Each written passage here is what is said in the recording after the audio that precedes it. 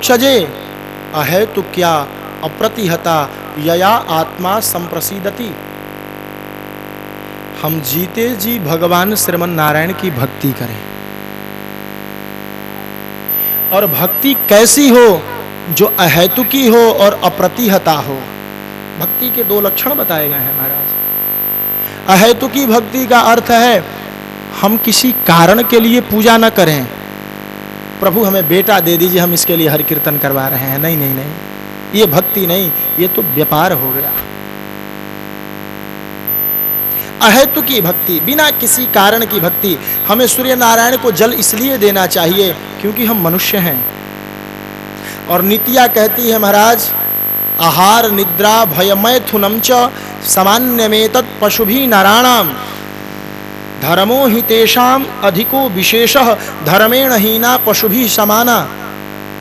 हमारे जैसे कुत्ते भी खाते हैं, हमारे जैसे कुत्ते भी सोते हैं, कुत्ते भी किसी से डरते हैं, हम भी किसी से डरते हैं, हम भी बच्चे पैदा करते हैं, जानवर भी बच्चे पैदा करते हैं। फिर अंतर क्या है हम दोनों में?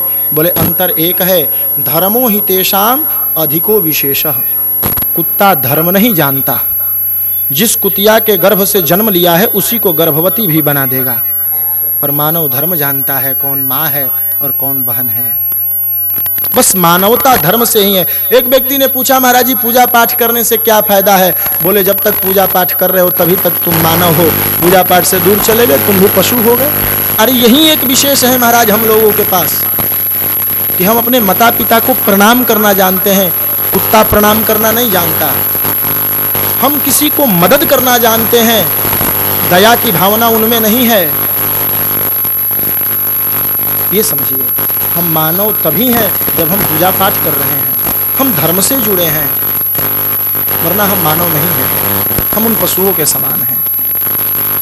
तो सूत जी महाराज कह रहे हैं अहेतुकी भक्ति करें और अप्रतिहता भक्ति करें। अप्रतिहता भक्ति का अर्थ क्या है? बोले हमारी भक्ति घी के समान नहीं होनी चाहिए, हमारी भक्ति तो सरसों तेल के समान होनी चाहिए। सरसों तेल के समान होने का अर्थ क्या है? बोले सरसों तेल गर्मी में भी उसी धारा से गिरता है और ठंडा में भी उसी धारा से गिरता है, जबकि घी गर्मी में तो धारा से गिरेगा पर ठंडा में जम जाएगा महाराज। उसी प्रकार अगर हमने नियम जीवन में ले लिया, हमें 2 माला करना है तो नित्य 2 माला करना है, चाहे ठंडा हो या गर्मी हो। हमने नियम ले लिया हम अपने ठाकुर जी को तदिया आराधन करेंगे तो हम तदिया आराधन करेंगे, चाहे घर में कितना भी बड़ा आयोजन हो जाए। हम पहले भगवान की पूजा करेंगे तब हम अपने आयोजन में लगेंगे, तब देखिए भगवान हमारी मदद कैसे करता है। हमने संकल्प ले लिया भगवान को तुलसी पत्र चढ़ाने के बाद ही हम भोजन पाएंगे, तो ये मरते दम तक हम करेंगे। ये अप्रतिहता भक्ति है, बीच में रुकावट न आए हमारी भक्ति में।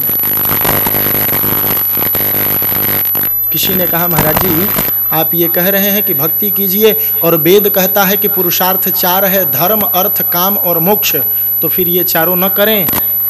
बोले भैया ये चारों का अर्थ भी भक्ति से ही है। और धर्म अर्थ काम मोक्ष का जितना सुंदर परिभाषा भागवत में दिया गया है, ध्यान से समझिएगा। धर्म किस लिए करें? धर्म हम अर्थ के लिए करें? नहीं नहीं नहीं। धर्मस्य ह्यापवर्गस्य नार्थोर्थायुपकल्पते। धर्म हम अर्थ के लिए न करें, धर्म हम इसलिए न करें कि हमें कुछ मिले, पर हमें जो कुछ मिला है उससे हम धर्म करें। बात समझ में आ रही है? हम धर्म इसलिए न करें कि हमें कुछ मिले, पर हमारे पास जो कुछ है हम उससे धर्म ही करें। हमारे पास रुपया है तो शास्त्र कहता है उससे अपना पोषण के साथ साथ समाज हित हो। हमारी पत्नी है तो पत्नी केवल उपयोग की वस्तु नहीं, उपभोग की वस्तु नहीं, उसके साथ कभी बैठ करके सत्यनारायण की कथा सुने, उसके साथ कभी बैठ करके सूर्य नारायण को अर्घ दें, उसके साथ कभी बैठ करके विष्णु सहस्त्रनाम का पाठ करें, उसके साथ कभी बैठ करके भगवान शालिग्राम का अभिषेक करें। ये व्यवस्था है। जो हमारे पास है उससे हम धर्म करें, पर धर्म इसलिए न करें कि हमें कुछ मिल जाए। धर्मस्य हापवर्गस्य नार्थोर्थायुपकल्पते। और नार्थस्य धर्मैकान्तस्य कामो लाभाय हि स्मृतः। धर्म अर्थ के लिए नहीं होना चाहिए, पर अर्थ से धर्म होना चाहिए। धर्म और अर्थ बात समझ में आ गई होगी। अब बचता है काम और मोक्ष। काम हम किस लिए करें? कामस्य अनेन्द्रिय प्रतिर्लाभो जीवेत यावता। हम भोग उतना ही करें कि जब तक जिए तब तक भोग लें। ये नहीं कि आज 1000 रुपया है हम उसे आज ही बर्बाद कर दिए और कल भीख मांग के चल रहे हैं।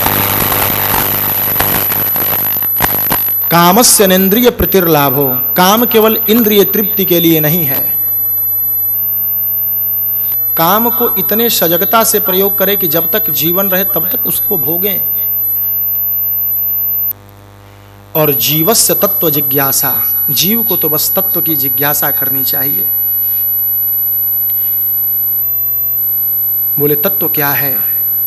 बोले वदन्ति तत्त्वविदस्तत्वं यद ज्ञानम अद्वयम ब्रह्मेति परमात्मेति भगवान इति शब्दते। वो तत्व है जिसे जोगी लोग निर्गुण निराकार ब्रह्म कह देते हैं, जिसे ज्ञानी लोग निर्गुण सगुण निराकार कह देते हैं, और जिसे भगत लोग सगुण साकार कह देते हैं। तत्व वो एक है, पर जोगी लोग उसे निराकार कह करके ब्रह्म कह देते हैं, ज्ञानी लोग उसे सगुण निराकार कह करके परमात्मा कह देते हैं, पर भगत लोग उसे सगुण साकार कह करके भगवान कह देते हैं। पनीर से ही मिठाई बनाई गई है, पनीर और चीनी को मिला करके। किसी ने उसे रसगुल्ला नाम दे दिया, किसी ने उसे कुछ और नाम दे दिया, किसी ने कुछ और नाम दे दिया। तत्व तो एक है। इस बात को और सरल करके समझा जाए कि धर्म अर्थ काम मोक्ष क्या है, तो पूज्य गुरुदेव सरकार ने जो इसकी व्याख्या लिखी है अपने श्रीमद् भागवत प्रवचन रस में, उस बात को मैं निवेदन करता हूं आपके सामने। गुरु जी चूंकि बैरागी हैं तो अपने हिसाब से इसका अर्थ किए हैं। बोले बेटा, इन चारों में से धर्म और मोक्ष, बस इसी दो के चक्कर में रहना चाहिए। अर्थ और काम के चक्कर में नहीं रहना चाहिए, क्योंकि अर्थ और काम तुम्हें न चाहते हुए भी पूर्व जन्म के प्रारब्ध के हिसाब से मिल जाएंगे। अब आप कहेंगे कि महाराज जी ये बात पच नहीं रही है। एक उदाहरण दूंगा तो बात समझ में आ जाएगी। यहाँ सब लोग गृहस्थ हैं, हम भी गृहस्थ हैं, हमारी भी पत्नी है, और सबके हिस्से पर 2-4 बीघा जमीन जरूर होगा। अब आप ईमानदारी से भागवत भगवान के सामने कहिए कि क्या वो जमीन आपने खरीदा है? नहीं खरीदे हैं। अगर आप 4 भाई हैं और पिताजी का 16 बीघा जमीन है, तो 4 बीघा आप जिस दिन जन्म लिए उसी दिन आपके नाम का हो गया। ये प्रारब्ध है बंधुओं। आपने 4 बीघा में 4 कट्ठा भी नहीं खरीदा, पर आपके प्रारब्ध ने जन्म लेते हैं उस 4 बीघे का मालिकाना हक आपको दिया है। भले आप उस खेती को करें या ना करें। पिताजी अगर 2 तल्ला मकान बना करके चले गए हैं, आपने उस मकान में कुछ नहीं किया, पर प्रारब्ध में है तो वो मकान आपको मिल जाएगा।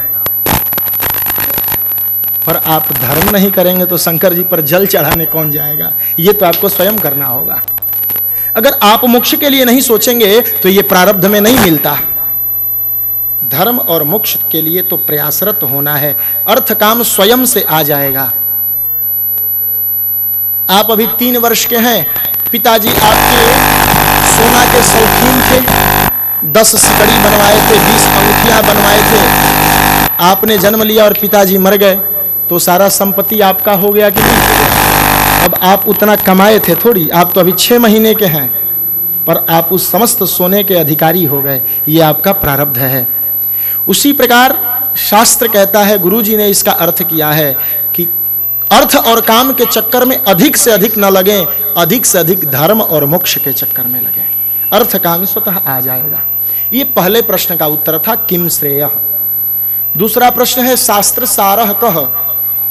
बहुत सारे शास्त्र हैं, इनका सार क्या है? बोले भैया आपके देखने में शास्त्र बहुत सारे होंगे, पर सबका सार एक ही है, भगवान विष्णु को मानिए। अब आप कहेंगे महाराज जी आप जब से बैठे हैं केवल विष्णु विष्णु किए हुए हैं। ये भैया हम नहीं किए। आप पंडित जी को बुलाइएगा कि महाराज जी हमारे यहाँ दुर्गा सप्तशती का पाठ करना है, और ध्यान से सुनिएगा पंडित जी संकल्प में क्या कह रहे हैं। ओम विष्णुर विष्णुर विष्णु हो भले पाठ दुर्गा सप्तशती का करना हो, पर समर्पण भगवान विष्णु के लिए ही है। आप कहेंगे महाराज जी कोई वैदिक मंत्र बोलिए, तो पंडित जी सबसे पहले कहेंगे हरि ही ओम, मतलब हरि ही, पहले भगवान आएंगे।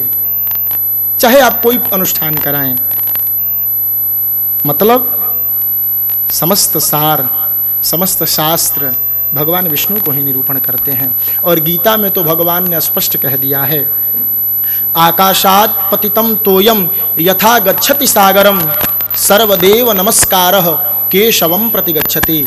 जैसे आकाश से गिरे हुए जल को, चाहे वो किसी भी क्षेत्र में गिरे, लुढ़कते हुए समुद्र में पहुंच ही जाना है, उसी प्रकार चाहे हम किसी देवता को प्रणाम करें, वो प्रणाम भगवान विष्णु को ही पहुंच जाता है। अगर आप घर के बूढ़े बुजुर्ग के नाम से निमंत्रण भेज देंगे तो पूरे परिवार का निमंत्रण हो गया, ध्यान से समझिएगा इस बात को। लेकिन अगर आप घर के किसी छोटे लड़के के नाम से निमंत्रण भेज दिए तो फिर पूरे परिवार का निमंत्रण नहीं हुआ। उसी प्रकार जगदाधार जगदबीज है श्रीमन नारायण, अगर श्रीमन नारायण को प्रणाम कर लिया, अगर वृक्ष के जड़ को पानी दे दिया तो फिर वृक्ष के पत्ते को और फूल को अलग से पानी देने की आवश्यकता नहीं। लेकिन अगर आप पत्ते और फूल को हरा भरा रखने का प्रयास कर रहे हैं, जड़ में पानी नहीं दे रहे, तो फिर वृक्ष को सूखते देर नहीं लगेगा महाराज। हम जड़ में पानी दें, ये शास्त्र सार है। तीसरा प्रश्न था भगवान अवतार क्यों लेते हैं? बोले भैया दुनिया भगवान की है तो क्या भगवान हमसे पूछ करके आएंगे यहाँ? नहीं नहीं नहीं, भगवान की ये धरा है, भगवान जब चाहे तब आ सकते हैं। और आप कह रहे हो भगवान राक्षसों को मारने के लिए आते हैं, ये तो एकदम मूर्खतापूर्ण बात हो गई। विप्रधेनु सुरसंत हित लिन्ह मनुज अवतार, बस बात यहीं समाप्त।